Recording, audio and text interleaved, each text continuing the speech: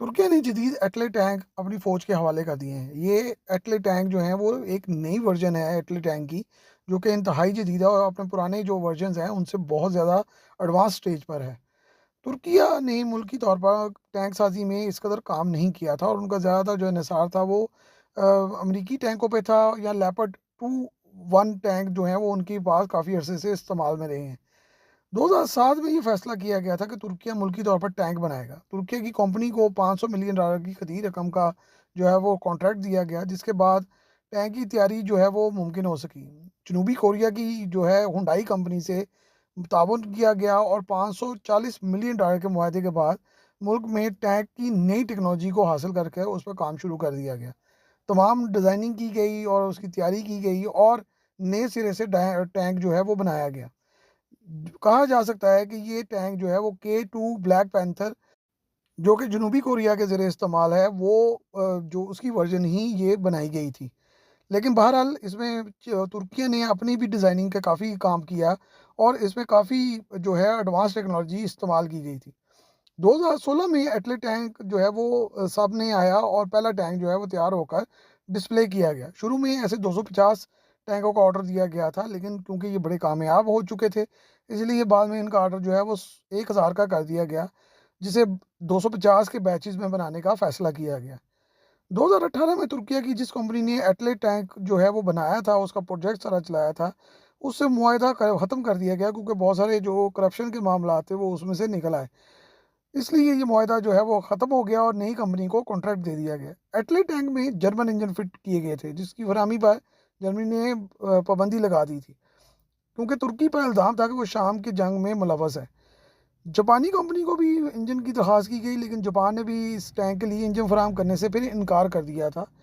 बाद में तुर्की ने अपने टैंकों में अपने मुल्की तौर पर तैयार करदा जो BAT-UV-12 इंजन लगाए, जो कि बहरहाल थोड़े से कम थ्रस्ट के थे, लेकिन वह लगा दिए गए और उससे काम चलाया गया।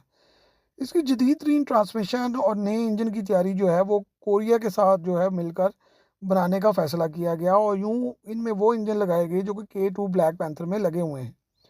इसमें ट्रांसमिशन सिस्टम भी वही लगाया गया और सारे जो निज़ामात थे उसमें काफ़ी जो कोरिया ने हेल्प की और इस पे काफ़ी काम हुआ।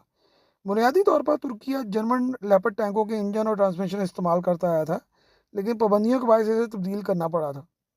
इंजन और ट्रांसमिशन को कोरियन टैंक के लिहाज से लगाया गया और बाद में फिर इसकी परफॉर्मेंस जो है उसमें बहुत ज़्यादा क्योंकि बेहतरी आई और इजाफा हुआ, तो फिर कोरिया से ही इसकी टेक्नोलॉजी का असूल किया गया।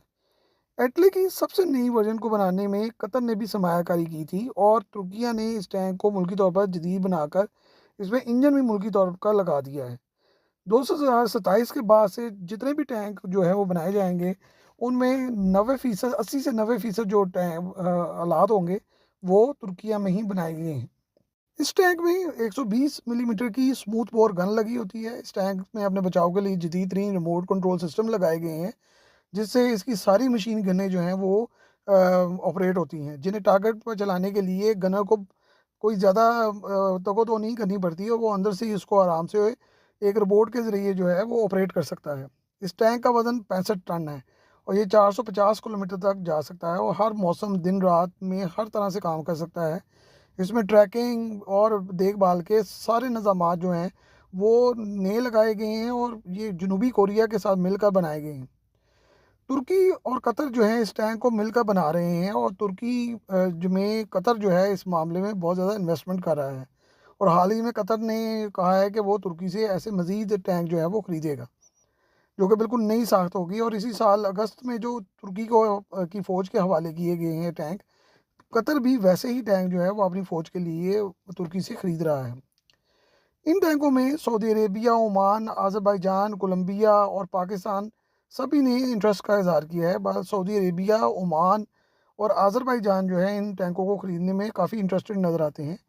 पाकिस्तान क्योंकि चीन के टैंक इस्तेमाल करता आया है, तो ये एक बिल्कुल नई टेक्नोलॉजी होने की वजह से अभी इस पर ज़्यादा काम नहीं हुआ।